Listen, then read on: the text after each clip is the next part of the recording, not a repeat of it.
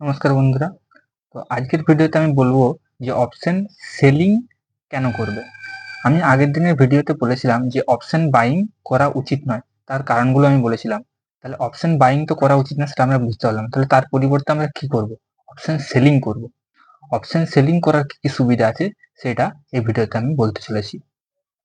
তাহলে প্রথম কারণ হচ্ছে যে অপশন বাইং এর সময় আমরা বলেছিলাম যে অপশন বাইং যখন আমরা করছি তখন কোনো অপশনের এলটিপির প্রাইস আমরা কিনছি, আমরা চাইছি ফিউচারে সেটার প্রাইস বেড়ে যাক, এই হিসাবে আমরা অপশন বাইং করছি। কিন্তু অপশনের এলটিপির ধর্মই হচ্ছে যে সেই এলটিপি সময়ের সাথে সাথে ক্রমাগত কমতে থাকে। মার্কেট যদি মুভ না হয়, মার্কেট তো মুভ হবে, এদিক ওদিক হবে, কিন্তু ধীরে ধীরে দেখতে পারবে যে অপশন সেলিং অপশনের এলটিপির প্রাইস কমে যাচ্ছে। এমনকি মার্কেট যেদিকে তোমার চাইছে মুভ হচ্ছে, সেদিকে মুভ হওয়ার পর অপশনের এলটিপির প্রাইস বেড়ে যাবে, কিন্তু তারপর হঠাৎ করে দেখবে অনেকটা কমে গেছে। তাহলে এইভাবে লসের সম্ভাবনাও কেন বেশি হয় অপশন বাইং করে, সেটাও আমি বুঝিয়েছিলাম। কিন্তু তার পরিবর্তে যদি আমরা অপশন সেল করি, তার আগে বলে দিই অপশন সেলিংটা কি। তাহলে অপশন বাইং এর সময় আমরা কি করছি, একটা এলটিপি কিনছি, কোনো অপশনের এলটিপি কিনছি এবং আমরা চাইছি সেটা বেড়ে যাক। তাহলে আমাদের প্রথমে বাই করছি।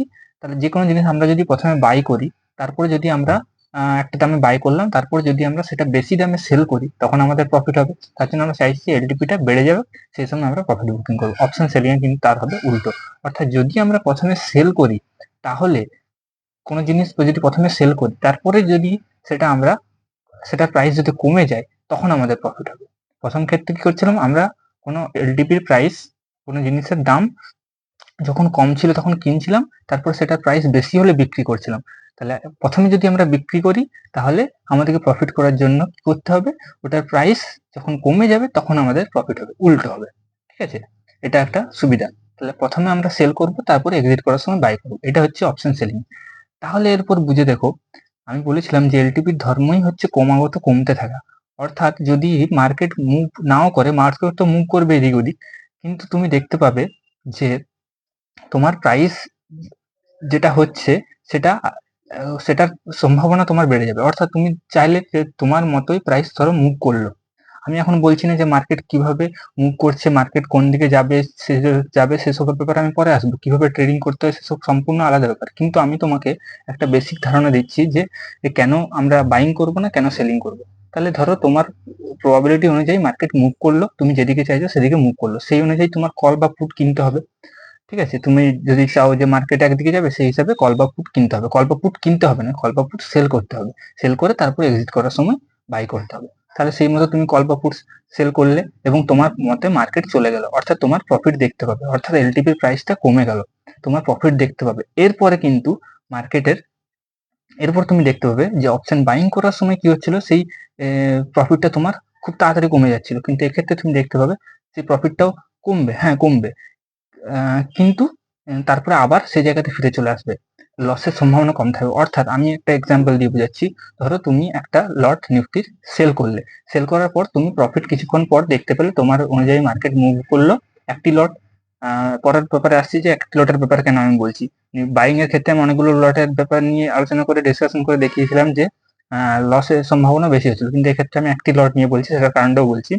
একটি লট নিয়ে যখন তুমি করবে, তখন ধরো তোমার প্রফিট দেখালো 20 পয়েন্ট, মার্কেট মুভ করলো 20 পয়েন্টের হিসাবে, নিফটিতে 25 টি থাকে, তাহলে 500 টাকা তোমার ধরো প্রফিট হলো।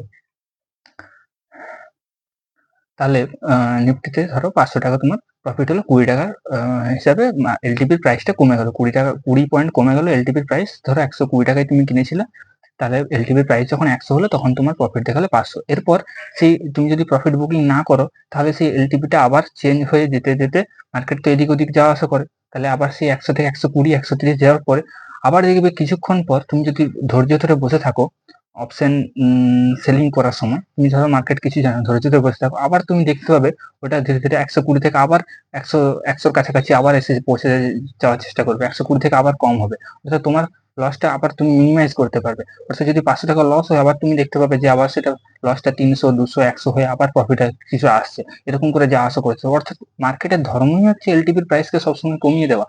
এটার জন্যই আমি বলেছি যে অপশন সেলিং করার সুবিধা হচ্ছে যে এতে লসের পরিমাণ কমে যায়। প্রফিট কিভাবে হবে, মার্কেট তোমার দিকে মুভ করলে কতটা হবে, সেই রকম ব্যালেন্স তো রাখতে হবে, সেসব ব্যাপারে আমি আর পরে বলবো, কিন্তু লসের পরিমাণটা কমে যাবে। এর পরের থেকে সেকেন্ডের ব্যাপারে চলে আসছি, যে অপশন বাইং এর সময় বলেছিলাম যে খুব কম পয়সা লাগে, তার জন্য আমরা কি করি, লোভে পড়ে বেশি লট কিনে নিই, এবং সেই লটের হিসাবেই আমাদের প্রফিট বা লস হতে থাকে। প্রফিট হলে প্রফিট দেখায়, আবার লস হলে লসের পরিমাণও বেশি দেখায়। কিন্তু নিফটির একটি লট সেল করে, প্রথমে সেল করে তারপরে বাই করতে হলো। প্রথমে সেল করার জন্য, সেলিং যেটাকে বলে, প্রথমে সেল করার জন্য নিফটির একটি লট, 25 কোয়ান্টিটির একটি লট সেল করার জন্য তোমার 60 থেকে 70 হাজার টাকা লাগে। কখন তার চেয়েও বেশি লাগে, 75-80 হাজার টাকা, 60 থেকে 70 হাজার টাকা লাগে। তাহলে ভেবে দেখো, তোমার কাছে ক্যাপিটাল ওইরকমই থাকবে যারা প্রথম প্রথম শুরু করছে, বা যারা পরেও শুরু করছে। আমাদের যেরকম যেরকম দরকার সেরকম হিসাবে আমরা ট্রেডিং করবো। তাহলে আমাদের 60 থেকে 70 হাজার টাকা আমাদের থেকে লাগাতে হচ্ছে। তাহলে আমরা পয়সার ভ্যালুটা বুঝতে পারছি যে 60 থেকে 70 হাজার টাকা লাগাচ্ছি আমি, কিন্তু মার্কেট থেকে লস করবো না, আমি মার্কেট শিখে তবে ট্রেডিং করবো। এবং তারপরেও ব্যাপার হচ্ছে যে আমি 60 থেকে 70 হাজার টাকা ক্যাপিটাল থাকবে আমাদের কাছে বেশিরভাগ সময়, এবং সেই পরিমাণ ক্যাপিটাল নিয়ে যখন আমরা ট্রেড করছি তখন মাত্র একটি লটেই ট্রেড করতে পারছি। তাহলে আমাদের লসটা হবে একটি লটের হিসাবে। অর্থাৎ যদি প্রফিটও সেরকম হবে, প্রফিটও বলেছিলাম যে ব্যালেন্সে থাকতে হবে। আমি আগের ভিডিওতেই বলেছি, শর্টসের মাধ্যমে ভিডিওতে বলেছি তোমাদেরকে যে কখনোই চাইবে না যে আমার খুব বেশি প্রফিট হয়ে যাক, তাহলেই কিন্তু খুব বেশি লস হওয়ার সম্ভাবনা থাকবে। আমাদের একটা ব্যালেন্সে থাকবে। তাহলে একটি লটের হিসাবে প্রফিট আমার কত হবে, 20 পয়েন্ট, 30 পয়েন্ট, 40 পয়েন্ট। আমি এখনো আমার টার্গেট রাখি 20 পয়েন্ট, 30 পয়েন্ট, তার বেশি টার্গেটে আমি এখনো পৌঁছাইনি একটি লটের হিসাবে এবং একটি ট্রেড থেকে। তাহলে 20 পয়েন্ট, 30 পয়েন্ট হওয়ার পরেই আমি প্রফিট বুকিং করে, অর্থাৎ 500 টাকা, 600 টাকা হওয়ার পরেই আমি প্রফিট বুকিং করে বেরিয়ে চলে আসবো। প্রথম তুমি আরো 10 পয়েন্টেরও রাখতে পারো, 250, 300 টাকারও তুমি রাখতে পারো। তাহলে সেই রকম নেওয়ার পরেই আমরা বেরিয়ে চলে আসবো, কারণ আমরা জানি মার্কেট এদিক ওদিক মুভ করবে। তাহলে আমাদের লস, আর আবার বলেছি লস হলেও আমাদের সেই রকম 100, 200, 300 টাকার লস হবে, তারপর আবার সেটা মিনিমাইজ করে আবার যখন লসে জিরো হবে আমরা তখন প্রফিট বেরিয়ে চলে আসবো। তখন আমাদের লসের পরিমাণ খুব কমে যাচ্ছে এবং প্রফিটও একটা ব্যালেন্সে থাকছে।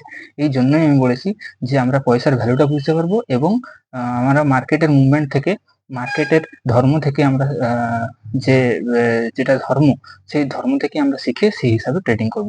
এই দুটো কারণের জন্য অপশন সেলিং করা উচিত, অপশন বাইং কখনোই করা উচিত নয়। তো আশা করছি তোমরা এই ভিডিও থেকে কিছু শিখতে পারছো। কেমন লাগছে তোমাদের ভিডিওগুলো বলবে, যদি ভালো লাগে সেটাও জানাবে, এবং আরো কি কি বিষয় নিয়ে তোমাদের জানার ইচ্ছা আছে সেগুলি সম্বন্ধে কমেন্টে জানাবে। তাহলে আমি সেইগুলো সম্বন্ধে ভিডিও করবো। আর আমি যেরকম ভিডিও বানিয়েছি, যে যে জিনিসগুলো আমার দরকারি মনে হয় ট্রেডিং করার জন্য, ট্রেডিং শেখার জন্য যে জিনিসগুলো দরকারি মনে হয়, সেগুলো সম্বন্ধে আমি পরপর ভিডিও বানিয়ে যাব। তো নমস্কার, ধন্যবাদ।